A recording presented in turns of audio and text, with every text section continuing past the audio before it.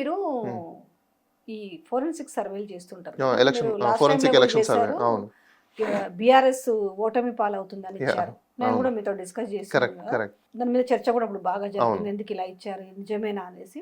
అవును అయిపోయింది, ఎలక్షన్ అయిపోయింది, ఆల్మోస్ట్ ఇప్పుడు 15 నెలలు అవుతుంది కదా. ఎస్ ఈ 15 నెలల్లో చూస్తే మీకు ఏమనిపిస్తుంది? వాస్తవంగా చెప్పాలంటే పార్షియల్ ఆఫ్ సర్వే గవర్నెన్స్ మీద చేసాం మేము, ఇంకా కంప్లీట్ అవ్వలేదు. ఎందుకంటే అట్లీస్ట్ ఒక 2 years దాటితే తప్ప ఒరిజినల్ రిజల్ట్ రాదు అనేది మా ఒపీనియన్ బేసికల్గా. ఎందుకంటే మీకు అందరికీ తెలుసు ఫోరెన్సిక్ ఎలక్షన్ సర్వే అంటేనే deep analysis, deep study. As on today basis of records మనం చూసుకుంటే, బేసిస్ ఆఫ్ డేటాని బేస్ చేసుకొని చూసుకుంటే it is very poor governance compare to the earlier regime. Very poor governance. నాకు తెలిసి రాబోయే రోజుల్లో కాంగ్రెస్ పార్టీలో ఇంత పెద్ద ఎత్తున సీట్లు వస్తాయని మనం అనుకోవడానికి లేదు. ఎందుకంటే ప్రజల సైడ్ నుంచి చాలా వ్యతిరేకత ఉంది. ఒకటి చెప్పేది ఒకటి, జరుగుతున్నది ఒకటి. అండ్ ఇంకోటి ఏంటంటే వేషాలు, భావాలు, మాటల యొక్క భావజాలాన్ని ఈ తెలంగాణ రాష్ట్ర ప్రజలు కొంతమంది యాక్సెప్ట్ చేయట్లేదు. ఎందుకు చేయట్లేదు అంటే దే వాంట్ బి రిఫైన్డ్ కావాలనుకుంటున్నారు వాళ్ళు. They want be develop. ఇంకా ఆ భేషజాలం అనేది నచ్చట్లేదు చాలా వరకు ఇప్పట్లో ఉన్న సమాజం వాళ్ళకి. ఎందుకంటే గతంలో ఎప్పుడో 1940s నుంచి 60s వరకు, 70s 80s వరకు ఉన్న జనాలు ఇప్పుడు లేరు. ఇప్పుడంతా 70s తర్వాత వచ్చేసిన జనాలు ఉన్నారు ఇక్కడ, ఆల్మోస్ట్ 45-50 ఈ మధ్యలో. వీళ్ళకి హైదరాబాద్ సిటీ ఒకప్పుడు మీకు 50 kilometers రేడియస్ ఉన్న హైదరాబాద్ సిటీ ఈరోజు 150 kilometers 200 రేడియస్కి వెళ్ళిపోయింది. దీని వింగ్స్ ఎక్కడి దాకా పాకేసాయంటే అన్ని హెడ్ క్వార్టర్స్కి వెళ్ళిపోయాయి. సో ఈరోజు తెలంగాణ అంటే సపరేట్ లేదు. తెలంగాణ మొత్తం హైదరాబాద్ చుట్టే ఉంది ఇప్పుడు. సో ఇంత పాష్ కల్చర్లో ఇంకా ఆ భావజాలాలు అనేది సెట్ అవ్వట్లేదు. ఒకటి. 2, మీరు ఈ రోజు ఒకవేళ ఎలక్షన్స్ పెడితే బీఆర్ఎస్ పార్టీకి కనీసం మీరు ఎట్లా లేదంటే కూడా 80 నుంచి 90 వచ్చే అవకాశాలు ఉన్నాయి ఈజీగా. 80 నుంచి 90 ఈజీగా వస్తాయి, కన్ఫర్మ్, అందులో డౌట్ లేదు. ఇప్పటికిప్పుడు ఎలక్షన్స్ మీరు ఒకవేళ పెట్టినా. బట్ ఇంకోటి మనం అబ్జర్వ్ చేసుకోవాల్సిందంటే ఎందుకు పూర్ గవర్నెన్స్ అని అంటున్నామంటే, చాలా మందికి మేము కొన్ని చోట్ల మేము డేటా కలెక్ట్ చేసినప్పుడు జనాలతో అడిగింది అంటే అసలు పీపుల్కి తెలియదు ఎవరు మినిస్టర్, ఎవరు ఏం చేస్తున్నారని చెప్పేసి. Turn around only chief minister of Telangana అనేది మాత్రమే రన్ అవుతుంది తప్ప who is education minister, who is agriculture minister, who is revenue minister, who is health minister, nobody don't know. ఇంకొకటి అబ్జర్వ్ చేస్తానండి, రేవంత్ రెడ్డి పేరుని సరే ఎక్కడో అక్కడ తెలంగాణ సభలు జరిగితే మర్చిపోయిండు ఒక వ్యాఖ్యాత అంటే ఓకే, దాని లేదు అల్లు అర్జున్ కంటే మర్చిపోయిన అంటే ఓకే అనుకుందాం. కానీ కాంగ్రెస్లో ఉన్న సీనియర్లు, కాంగ్రెస్లో ఉన్న మంత్రులు కూడా రేవంత్ పేరు చెప్పడానికి మర్చిపోయిర్రా, తడబడుతున్నారా? అది ఏం జరిగింది? మొన్న ఒక ఎమ్మెల్యే మాట్లాడాడు, జగ్గారెడ్డి కిరణ్ కుమార్ రెడ్డి ఎమ్మెల్యే అంటాడు, దాని తర్వాత జూపల్లి కృష్ణారావు కేటీఆర్ ఎమ్మెల్యే అంటాడు, మొన్న పొన్నం ప్రభాకర్ కేసీఆర్ ముఖ్యమంత్రి అంటాడు. అసలు వీళ్ళ తడబాటు ఏంది? అసలు కావాలని చేస్తున్నారు. ఎవరు కావాలని అదే పనిగా చేయలేరు అనేది ఫ్లో. అది వాయిస్ అనేది ఎప్పుడు ఫ్లోలో ఉంటుంది. నేను చెప్తాను.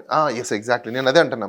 మేము కలెక్ట్ చేసిన కొన్ని డేటాస్లలో పబ్లిక్ యొక్క మైండ్ సెట్లో కావచ్చు, లేకపోతే కొంతమంది లీడర్స్ కావచ్చు, ఇంకా ఓల్డ్ ఫ్లేవర్ అనేది పోలా.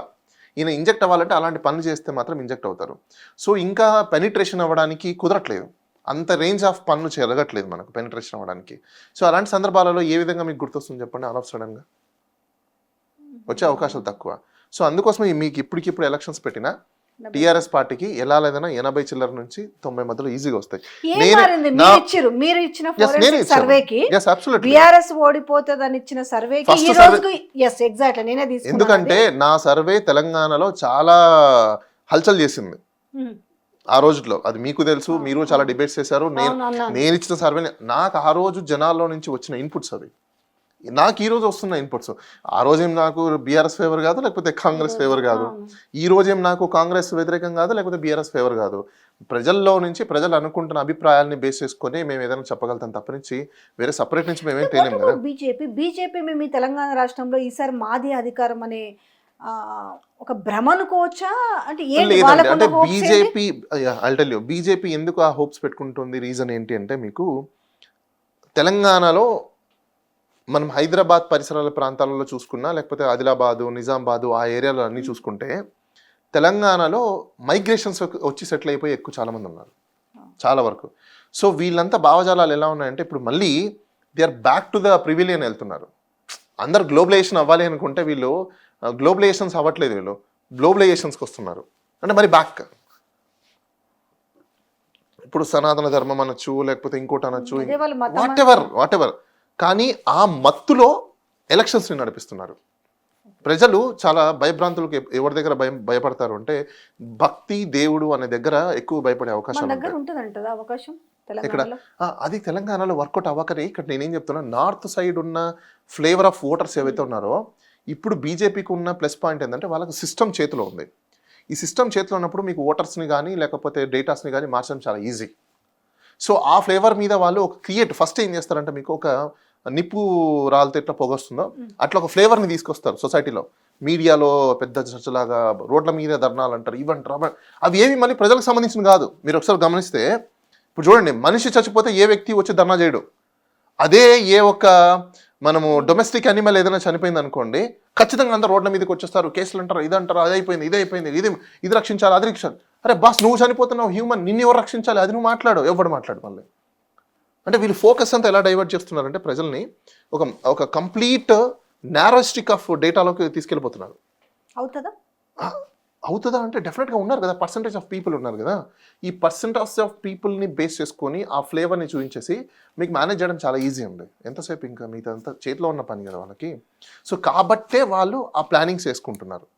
సో మేము వచ్చే అవకాశాలు ఉన్నాయని చెప్పుకుంటున్నారు. ఎందుకంటే ఇక్కడ మీకు తెలంగాణలో ఈరోజు మీరు ఒకసారి గమనిస్తే 5 కోట్ల జనాభాలో ఎక్కువ శాతం మీకు సెటిలర్స్ ఉన్నారు. తెలంగాణ ప్రజలు ఎక్కడున్నారు చెప్పండి?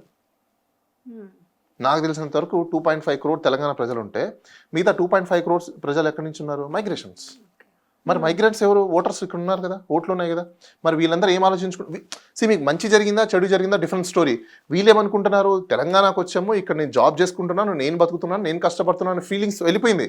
వీళ్ళేమనుకుంటున్నారు, లేదు వాళ్ళు చేస్తే నాకు వచ్చిందని ఫీలింగ్ లో ఉన్నారు. జనరల్ గా ఇప్పటికిప్పుడు పెడితే బీఆర్ఎస్ కు చాలా పెంచింగ్ ఉంటుంది, 80 to 90 సీట్స్ వచ్చే అవకాశం కూడా ఉన్నాయి అంటున్నారు కదా. ఆల్మోస్ట్ ఒక 1.5 year అయింది అనుకుందాం, మీకు 3.5 years కదా.